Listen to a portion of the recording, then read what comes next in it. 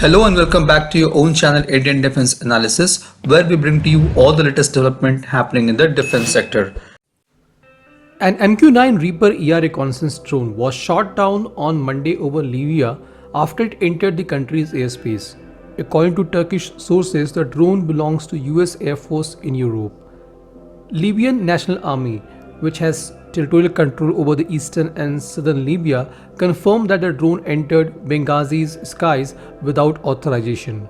The footage released on Twitter shows what appears to be a drone burning and slowly falling to the ground after being hit by a surface-to-air missile.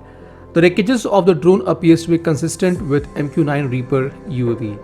Now, there are two theories going around the shooting of American drone. As per a few reports, the forces of Libyan National Army shot down an unmanned drone near Benghazi via a man-portable surface-to-air missile system, MANPAD. The report claims that the confirmation is coming from LNA's media office. Now, few reports claims that MQ-9 Reaper was shot by LNA's ground-based air defense system of Soviet or Russian design. LNA currently operates 9 K-33 OSA, C-200, Panzer C-1, SA-8B, Gecko and Strela-10 air defense system. The report claims that MQ-9 Reaper ER was shot down using either Panzer C-1 or 9 K-33 OSA. The LNA has announced that there were two missiles on board drowned MQ-9 Reaper ER but did not specify their model. Meanwhile, India is also interested in purchasing MQ-9 drones.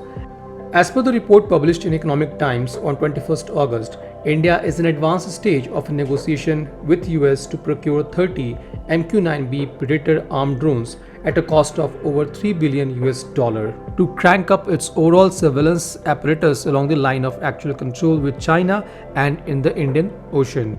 The drones are being procured for tri-services as they can carry out variety of roles including maritime surveillance, anti-submarine warfare, over-the-horizon targeting and hitting stationary ground targets.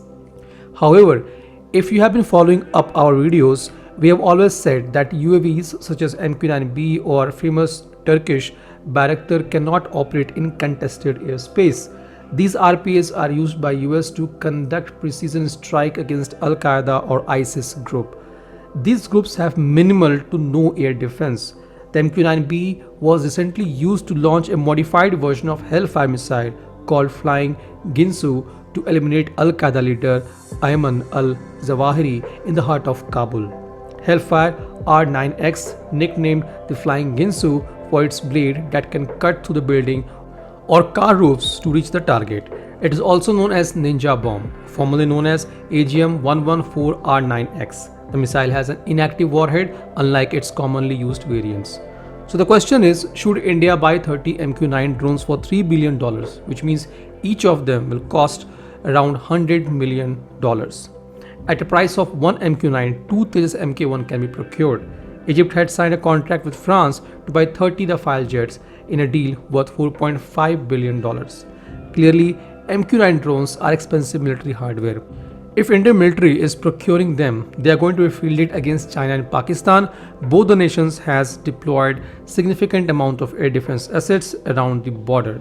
Operating MQ-9 for armed roles can be suicidal. For surveillance role, yes, they can prove to be quite an asset, but the question is, do we need to spend $3 billion for that?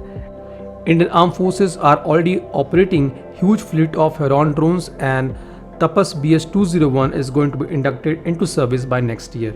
In this situation, it's absolutely unnecessary to invest $3 billion on MQ-9 drones, while Indian tri-services are already struggling with the limited budget for defense and for military modernization.